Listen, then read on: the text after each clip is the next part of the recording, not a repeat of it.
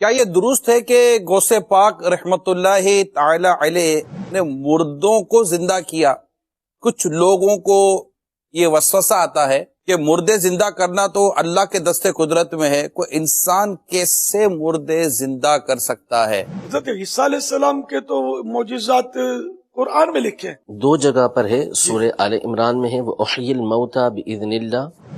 میں اللہ کے حکم سے مردے زندہ کرتا ہوں، اور دوسری مقام پر اللہ پاک فرماتا ہے آپ میرے اذن سے مردوں کو زندہ فرماتے ہیں۔ اب کیا کہو گے؟ عیسیٰ علیہ السلام تو انسان ہے نا، اگر غوث پاک کی بات سمجھ میں نہیں آتی تو عیسیٰ علیہ السلام کے بارے میں کیا خیال ہے آپ کا؟ تو یہ جو بھی ہے حضرت عیسیٰ علیہ السلام زندہ کریں یا غوث پاک کسی کو زندہ کریں، یہ سب ہوتا اللہ پاک کی دی ہوئی طاقت سے، اس کی عطا سے، اور دیگر اولیاء کرام زندہ کریں یہ بھی اللہ پاک کی دی ہوئی طاقت سے ہی ہوتا ہے۔ تو موت بھی اللہ کے، ہم بولتے ہیں اللہ کے ہاتھ میں، واقعی اللہ پاک موت دیتا ہے، لیکن اللہ پاک نے اس کے لیے بھی کچھ اسباب رکھے ہیں، جیسے کہ قرآن کریم میں قل یتوفاکم ملک الموت الذی وکل بکم، اے محبوب تم فرما دو کہ ملک الموت تم کو وفات دیں گے جو تم پر مقرر کیے گئے۔ تو یوں ملک الموت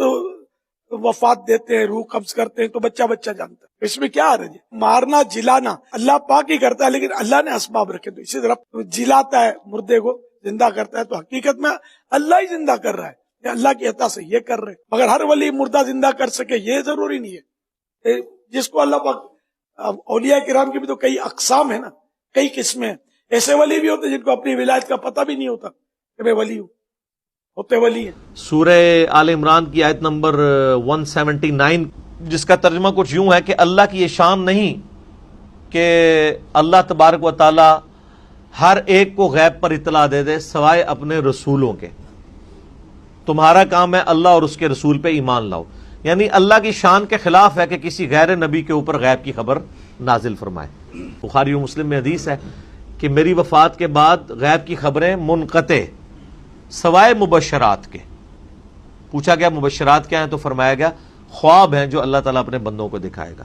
نبی علیہ السلام کی وفات کے بعد اب غیب کی خبر صرف اور صرف خواب کے ذریعے بتائی جائے گی، اور وہ بھی بخاری مسلم میں ہے کہ خواب کی 3 شکلیں ہیں، ایک اللہ کی طرف سے، ایک شیطان کی طرف سے، ایک نفسانی خواہشات کی طرف سے۔ قل انی لا املک لکم ضرا ولا رشدا، اے نبی یہ بھی فرما دیجئے میں تو نہ تمہارے لیے کسی نقصان کا مالک ہوں اور نہ کسی نفع کا مالک ہوں۔ واضح عقائد ہے جی،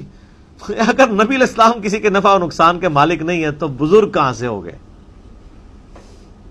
کوئی کسی کے لیے کیا کر سکتا ہے؟ بخاری مسلم میں حدیث ہے، میری بیٹی فاطمہ میرے مال سے جو کچھ مجھ سے لینا لے لے، قیامت والے دن اللہ نے پکڑ لیا تو میں تیرے کچھ کام نہیں آؤں گا، یعنی اپنے اعمال لے کے جاؤ۔ ہاں اعمال ہوں تو ظاہر نبی علیہ السلام کی شفاعت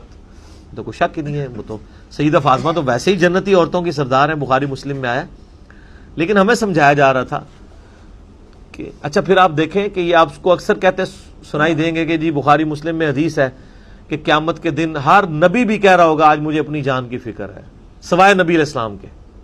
اور پھر آپ کو سنا رہے ہوتے ہیں کہ شیخ عبد القادر جیلانی یہ کہہ رہے ہوں گے میں نے اس وقت تک جنت میں نہیں جانا جب تک کہ سارے مرید نہ لے جاؤں، یعنی شیخ عبد القادر جیلانی کا مرتبہ جو ہے وہ نبیوں سے بھی زیادہ ہے، نبی نفسا نفسی کر رہے ہیں، اور عبد القادر جیلانی کے کہہ رہے ہیں مرید مرید مریدی مریدی۔ وہ ساڑھے ایک دوست نے نا، تو بڑے کٹر بریلوی تھے، اور بڑے بریلویوں کی مسجد کے وہ عالم دین بھی تھے، خطیب بھی تھے، آہستہ آہستہ میرے ساتھ اٹیچ ہوئے تو گمراہ ہو گئے، یعنی اللہ نے ہدایت دے دی۔ تو وہ اب جب بندہ ادھر سے آتا ہے نا تو وہ پھر حضرت عمر بن جاتا ہے۔ حضرت عمر کفر کی حالت میں بھی کتنے سخت تھے،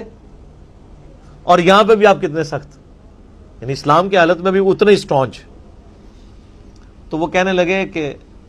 جب میں ان کو میں چھیڑنے کے لیے کبھی کہتا تھا یار وہ قیام الدین تو مطلب شیخ، وہ خود بھی قادری سلسلے میں بیعت تھے نا،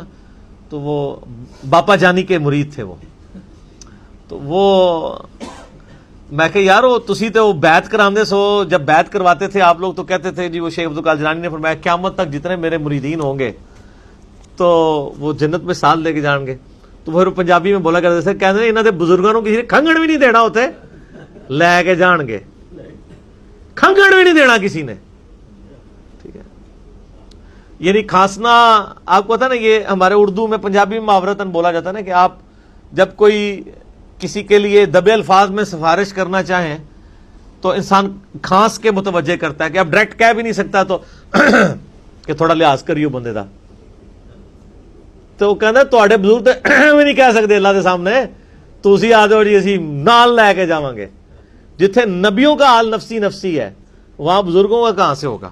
تو اس میں بزرگوں کی کوئی توہین نہیں ہے, ذہن میں رکھیے گا. ہم عیسیٰ ابن مریم کے ساتھ منسوب عقائد کو اگر رد کرتے ہیں تو معاذ اللہ حضرت عیسیٰ تو وجیہن فی الدنیا والآخرہ.